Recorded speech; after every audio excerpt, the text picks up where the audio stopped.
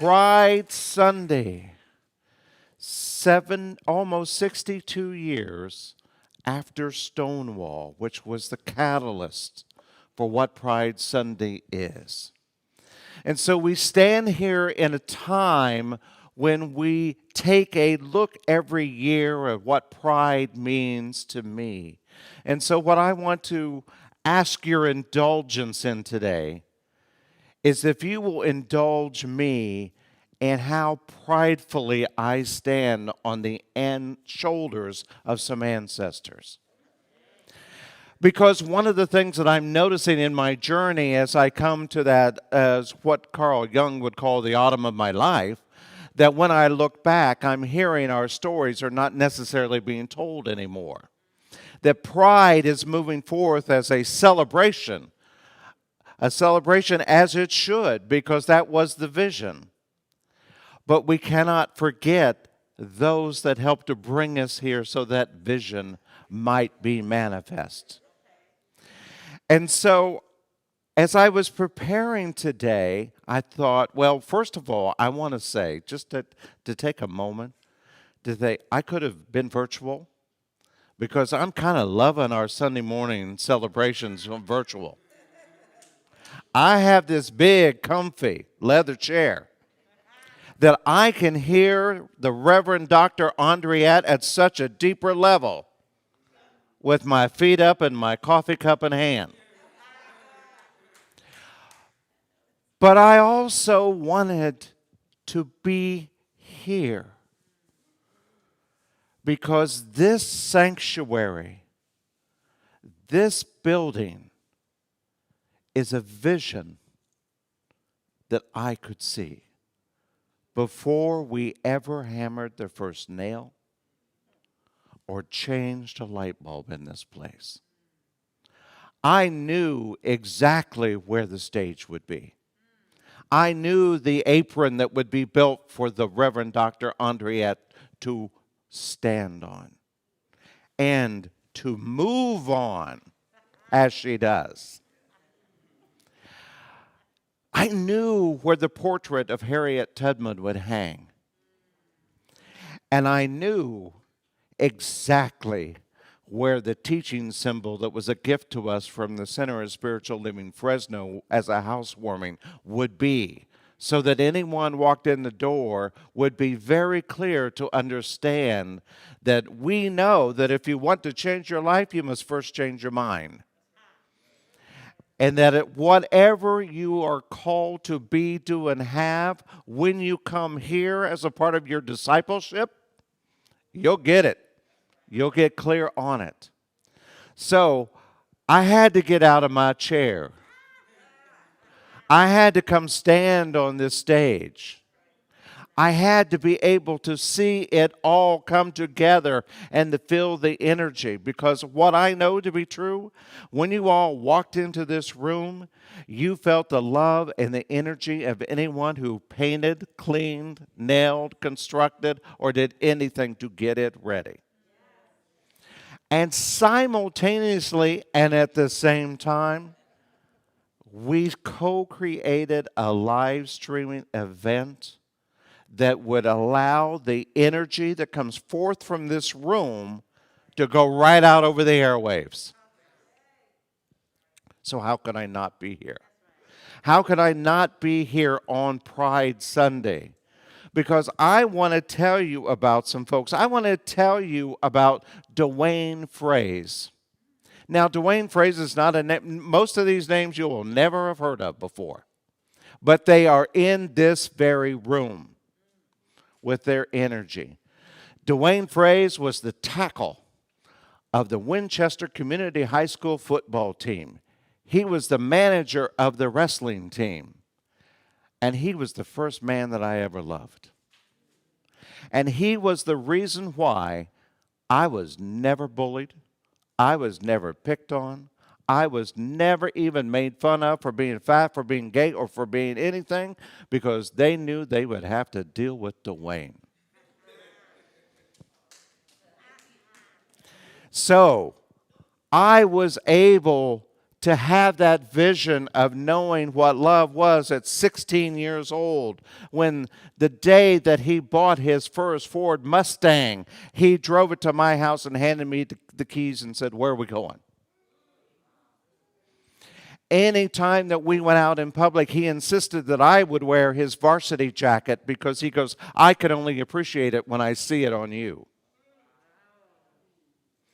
So that was my friend. That was my friend that went away into the army, because this was a time when we were dealing with the draft and you had the lottery number.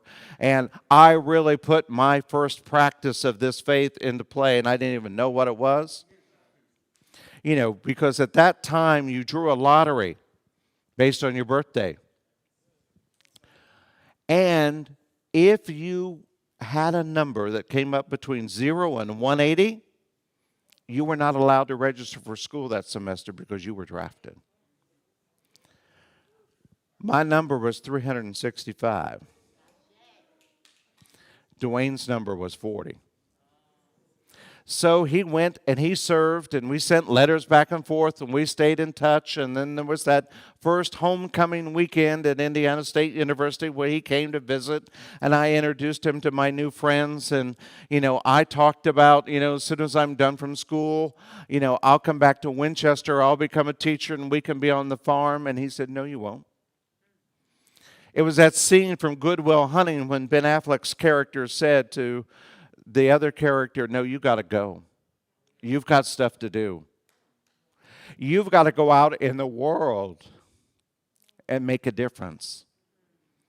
So I didn't understand it then, but that was the last time I saw Dwayne.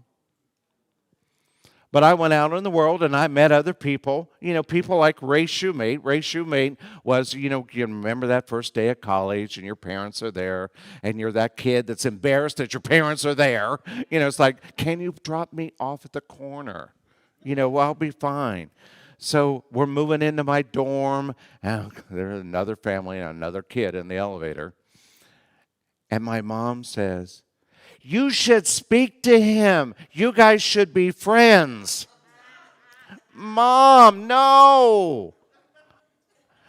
His mom said, "What a good idea.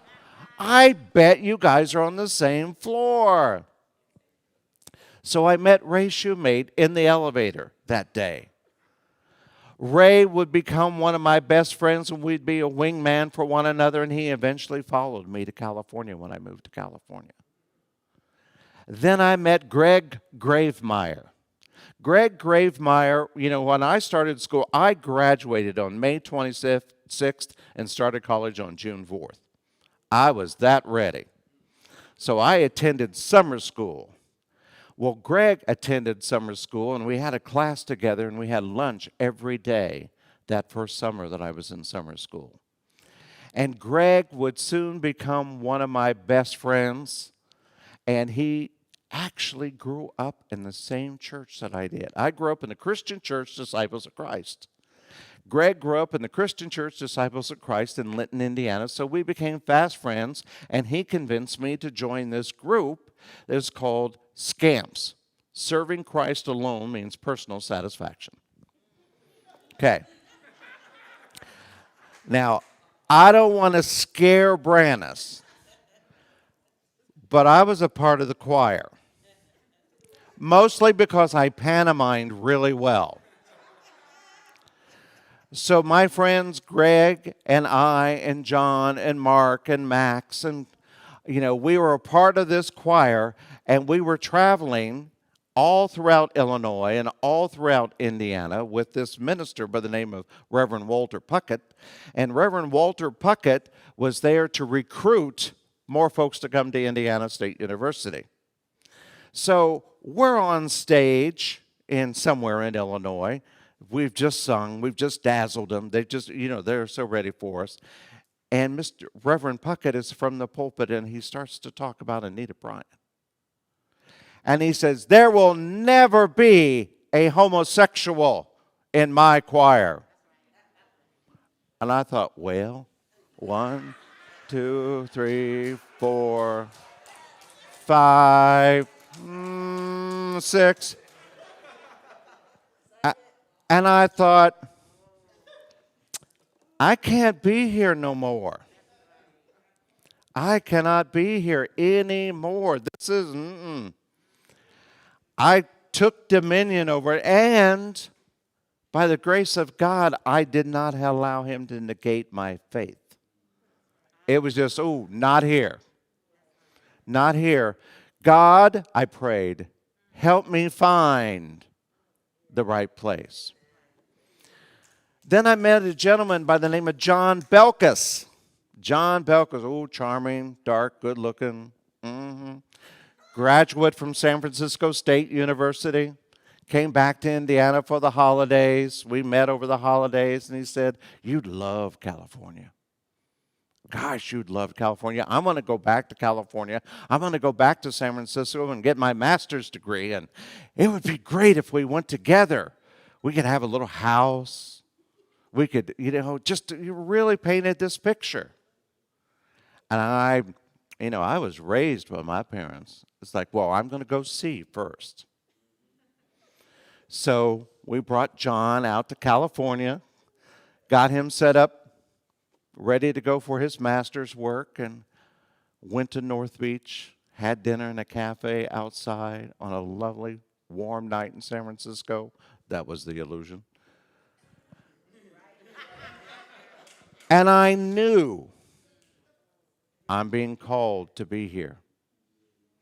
So I went back to Indiana, gave notice at my job, and I loved how the universe worked. There was another gentleman that I worked with whose home had burnt down, and the insurance company had bought him and built him a new home, but he had no furniture. So he came to me and he goes, I'll give you X amount of dollars for everything in your house. Thank you, God. I packed up my 1974 Monte Carlo, and I was getting ready to come to California, and I had my last night at work because I worked from 3 in the afternoon to 11 at night. And the company that I worked for, the folks were having a going away party, and the phone rang. You ready to leave? Yes, car's all packed. Gonna go. Okay, well, I have a question. Oh, what's the question? I hope you're not coming for me, are you? Because I've met someone. No, not at all. I'm coming for me. And I hung up the phone, and I walked out the door, got in my car, and started driving and wouldn't stop until I got to Denver because I wanted to be sure I was doing it for me. But when I got to Denver, I knew that I would be at least halfway. And I could go back or I could go on. And so I came on. And I got to San Francisco on a Saturday night. And those of you that know the Bay Area thought, I don't know where I'm going to stay. Let's see, the exit off of the freeway was 5th Street. Okay, let me go to the phone book and find a hotel. Back when they had phone book. Okay. I went to the phone book in the lobby of the hotel in Denver and found the Seneca Hotel, 5th and Market. That must be good. So I roll into San Francisco. I get to the Seneca Hotel, and I walk up to the desk, and I said, I have a reservation. He goes, oh, yeah. Do you want a room, or do you want a room with a bathroom? Who would ever stay in a hotel room without a bathroom? Apparently, lots of people south of Market at 5th and 6th Street in San Francisco. That was kind of the style of the hotel. And so I walked out and I thought, what am I going to do? I can't leave. There was no place to put my car, and I looked up and I saw the neon lights for the Hilton Hotel. So I drove across Market Street, parked my car at the Hilton Hotel, and walked back to the Seneca. The next morning, I awakened to noise, to bands, to music, to all kinds of stuff going on. And I thought, what could this be? And I got dressed and went down, and I walked up to Market Street, and it was Pride Sunday. And I saw more people like me than I even knew that could be. And I thought, okay, we're not in Indiana anymore. And this is going to be all right. So I went to the Bradley Employment Agency that Monday. And as I'm waiting in the waiting room, I sit next to this young man by the name of Patrick Niebauer. And Patrick says to me, "Oh, are you scared? I just moved here from Nebraska. I just moved here from Indiana. Do you think we'll get jobs?" "Oh, maybe. We'll see what happens." And so we each got our job order to go on a job interview, and I had an interview card for California First Bank, owned by the Bank of Tokyo. He had a ticket to go to the Mark Hopkins Hotel in the accounting department. And I said, "Okay, well, you go to your interview, I'll go to my interview, and we'll check back at lunchtime." So we did. I went to my interview, loved it, human resources. I knew I could nail it. He went to his interview, loved it. We talked at lunch, and I was like, "Okay, where are you going this afternoon?" And he looked at his card and said, "California First Bank." And I looked at my appointment for the afternoon, it was the Mark Hopkins Hotel. And I looked at him and I said, "Did you really love that job?" And he goes, "Yeah, I really love mine too. Let's go to the movies." So we went to the movies and we each got the job. We each got the job, and Patrick and I dated for about a year, and we met folks. And so the landing in California at that time was effortless. And soon, everyone from Indiana was interested in coming out. My friend Tom King came out. My friend Ray Shoemake came out. My friend Bob Koenig came out. They all moved out here from Indiana because I was the demonstration that when you say you have a vision and a purpose to do it, you can make it happen, and I made it happen. Then, that first day at California First Bank, my job was to take photos for the badge IDs of the new folks. That was the entry-level job in HR. They figured you couldn't hurt yourself. So I go in to take a photograph of the first person that I'm going to meet there, and it was this gentleman by the name of Glenn Jordan. Glenn was tall, good-looking, blonde with big blue eyes, and we just started talking, and in that talking, you just knew that this was someone you were supposed to meet.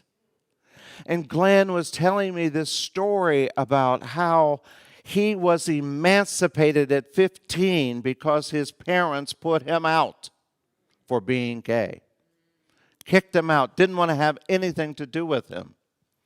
So he worked at McDonald's. He slept in friends' sofas. He went from car to car, and he finally made it to where now he was working in accounting in a company and had a great job. He was in our accounting department at California First Bank, and he says, "But what are you doing? You should come to my house tonight for dinner because I would love for you to meet my partner, Gary Stroher." And more about Gary later. So I said, God kept supporting me by putting the right people in the right place at the right time, and that time in my life. And I thought, look at God being God. And so we would go to dinner, and I meet Lee Lastly, and I meet Glenn's partner, Gary Stroher, and I meet another friend by the name of Chuck Frady. And, we're all like-minded people, and we're talking, and we're enjoying it, and we're getting to know one another. And I realized they had all just done this personal development training called LifeSpring. Now, if you know of LifeSpring, that brought us Dr. Judith Rich, is one of the facilitators that was at LifeSpring at that time. And so that's where you really started to work on your own personal development and understanding who you are in the world. And frankly, how your life got to be the way that it is. So we were doing that, and it's like, I remember walking out of this advanced training one day and saying to Gary, I get this, but if I could just find a place where we could put this understanding of personal development together with some spirituality, wouldn't that be something? And so, well, maybe. So we started to explore and kind of look around. And there was this woman speaking at the Marin Civic Center who had just released a new book called What You Think of Me Is None of My Business. So we go to the Marin Civic Center. We hear her speak, and it was great. It was good. And she was there as a guest event to sign people up for this class called Mastery in Living that was going to take place at the Cathedral Hill Hotel in San Francisco. And so we're there, we're paying attention, and it's kind of time to go. We met Terry and her husband, and yeah, it's nice, move on. And Gary pulls me back and he says, stop. I really want to do this, but I do not want to grow in my life without you. I want you to be my spiritual God, brother. Let's go on this journey together. I was in. You know, the greatest way to ever encourage someone is to ask them to come with you to do something. So Gary asked me, we signed up for Mastery in Living at the Cathedral Hill Hotel. And of course, we were late the first night. We get there, and over 400 people have already taken their seats. There's two empty chairs left, one for Gary, one for me, next to this beautiful black woman who I would come to know as the Reverend Andriette Earl. So in 1982, we met in that class with Terry Whitaker. The three of us then kind of became the compadres for our spiritual development and taking every class that we could possibly take. And then we went on. So I would love to have you all meet my friends that I have talked about. I would love to share stories with them, but see, there's a problem. They're all gone. They're all gone. I was a survivor. And so what happened to me at that time, I suddenly got to see how the universe worked, and I started at 33, 34, 35 years old in the most sacred way, making up. Because no church would bury my friends. No funeral home would touch their bodies. And I didn't know what to do, but I thought, not on my watch. I will find a way. I will become a minister. I will make it, if I have to make it up, I'll make it up. But I knew I was in a practice. I was in this community called Centers for Spiritual Living, and I was like, okay, what do I need to do? What do I need to do to finish? I was the last named practitioner with Terry Whitaker Ministries. I was on the fast track with her ministry to become a minister, and then she said, I'm not doing it no more. I'm going to go with Shirley MacLaine. We're going to visit Ramtha. We're going to go to India for a year. Well, that's all and nice, but that wasn't a part of my plan. So I immediately thought, and I've done this workshop with many of you all been in, when you get to about 95% in life of what you want, then something happens, and you're like, well, I gave it a good shot. I found another religious science minister that I knew that would know Terry, that could put all the pieces together. And I said, here's what I've done. What would it take for you to ordain me? Well, because he was a part of the LGBTQ plus community, he was more than happy to do that. So Reverend Daniel Pursuti of the San Francisco Institute of Religious Science at that time said, come on, we'll do this. So I had my ordination in 1985, just in time to get ready to have the first years of my ministry to be two things. One, dealing with the hundreds of pissed off people in the most spiritual way that was mad that Terry Whitaker had stopped doing what she was doing. And the LGBTQ plus community was getting no pastoral care from anywhere else but what Gary and I and others would provide. So we started to do that. And we went to do that. And then, like I said, we kind of lost them all. And so what I realized in my journey, that there's one or two ways that I could look at this. And maybe what I am called to teach is this thing that resonates with me in our teaching, that it's about the level of consciousness you choose to live in. I could make a choice to live in the level of consciousness where life happens to me, and I would damn well be entitled to live there, because I lost 19 people in my life within a decade. But then I thought, no, wait a minute. What was the common thing that each one of them taught me in my life? What they each taught me in my life was to take dominion over my life. And so what we know in our levels of consciousness that we teach, in order to get from the plateau of where life happens to me to the life where by me, takes me to take dominion of my life to get to that level. And to get to that level, when I'm in that level where life happens in my charge, by me, in my domain, the next one is through me. That means surrounding myself with like-minded people. I got that. I've got that right here. I can do that. Look at that. So Reverend Andriette a couple of weeks ago talked about this thing about being disciples. I perked up. I grew up in the Disciples of Christ Church. It was like I raised up in my chair. Oh, she's talking to me. What's she saying about these disciples? What she's talking about with the disciples is they were there to learn, absorb, and to get all that they could get from the master teacher. Look at our vision. A loving and compassionate world-class teaching and empowerment ministry.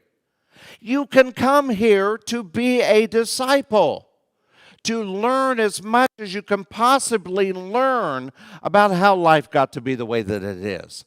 And more importantly, how to get from where you are to where you want to be. We must be grateful for this.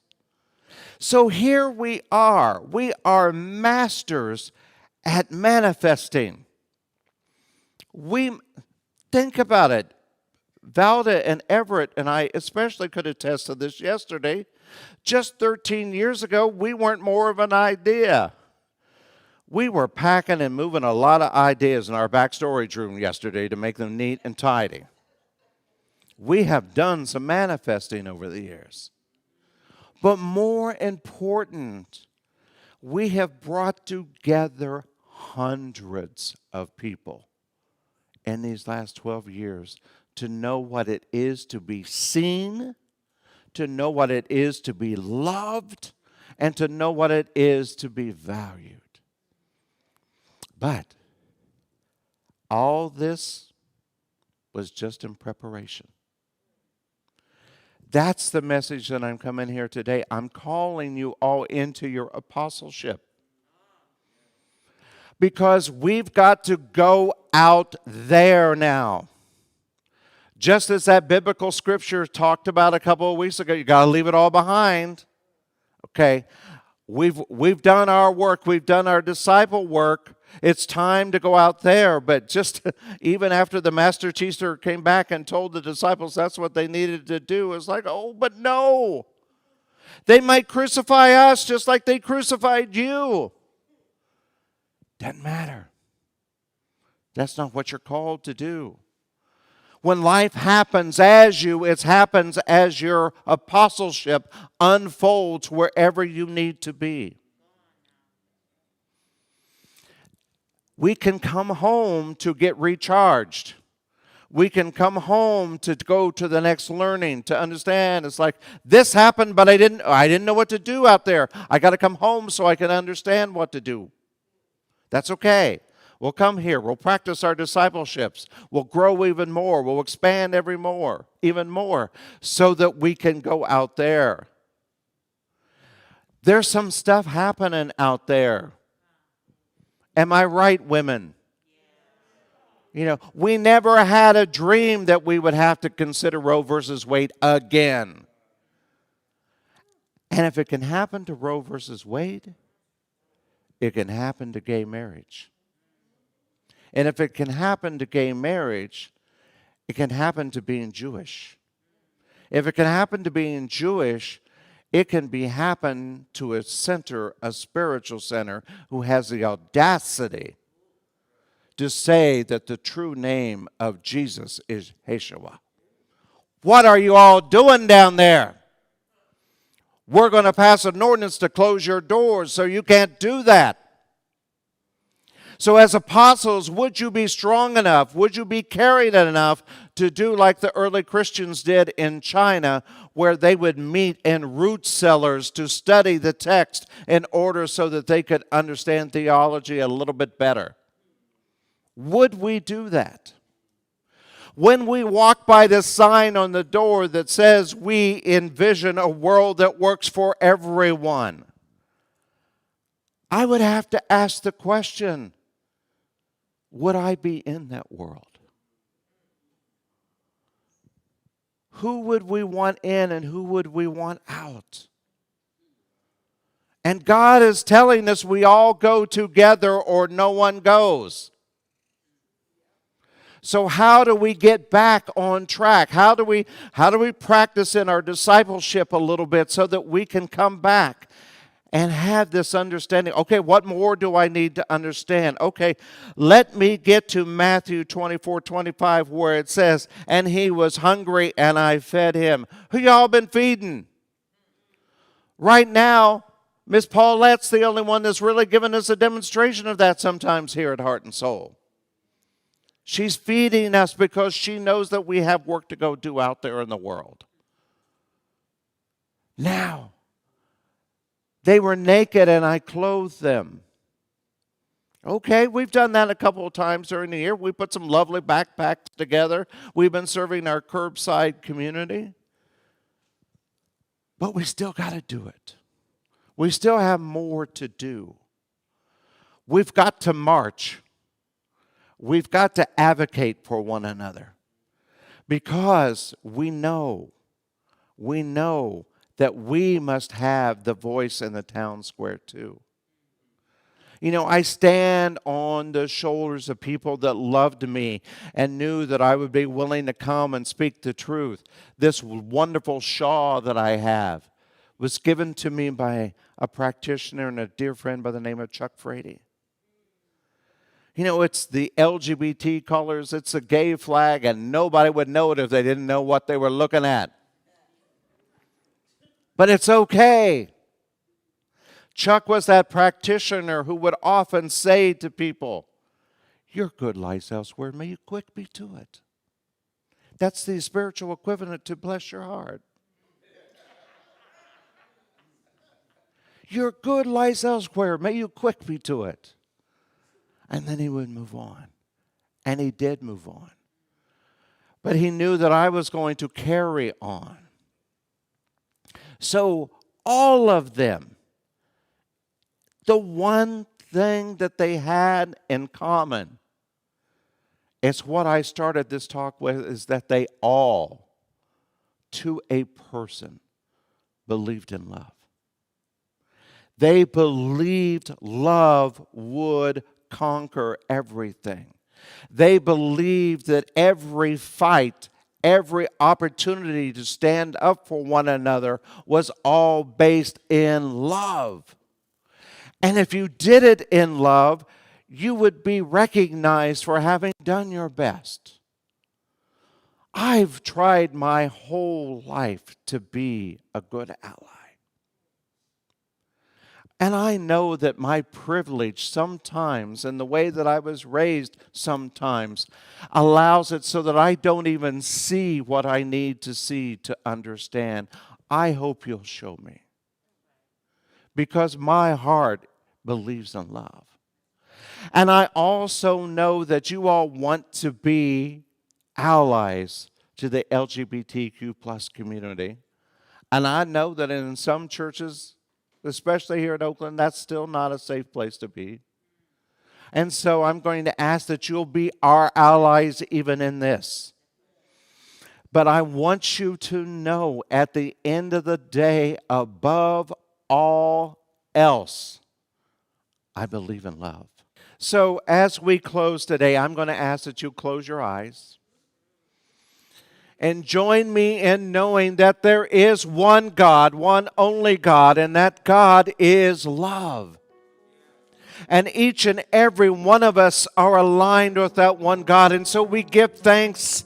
We give thanks for this opportunity to come together as disciples to understand a little deeper, a little more about how our world got to be the way that it is and how we got to move from one level of consciousness to another so that we can be the best apostle that we are called to be. That we know that when we aspire and get to that point in our life where life happens as us, we are purely connected with the one Spirit, the one God that is love. And we can go out and proclaim to the world that love is love is love. And we don't have to say another word about it. We know that we are enough. That God did not make a mistake when He made anyone in this room. And that any gift you have is the gift that you were called to give to the world. And it might not be that pretty painting that you can paint. It may not be that song you can sing. It might be that very trauma that you have overcome and know the way out. That may be your calling. So I say, I am ready, as I know God is always ready.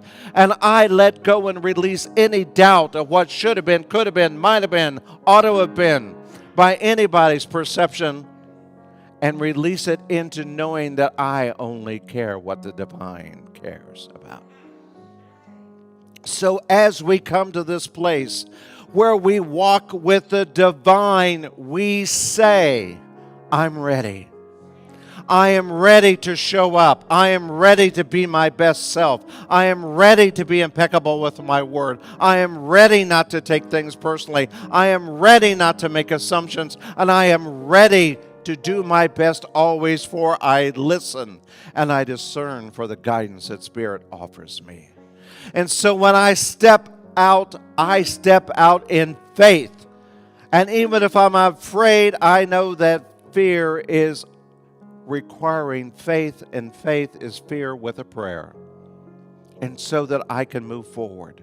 So I give thanks for this gathering, these folks that have come together, whether they've come together with us virtually or whether they've come together with us in this room. I say thank you, thank you, thank you. If one thing resonated with you today, if your life moved one little bit, know that, as our friend, the Dr. Sandrea would say, then you've shifted the world one step as well. And so together we simply say, thank you, God, and so it is. Amen. Thank you, everyone. Love matters.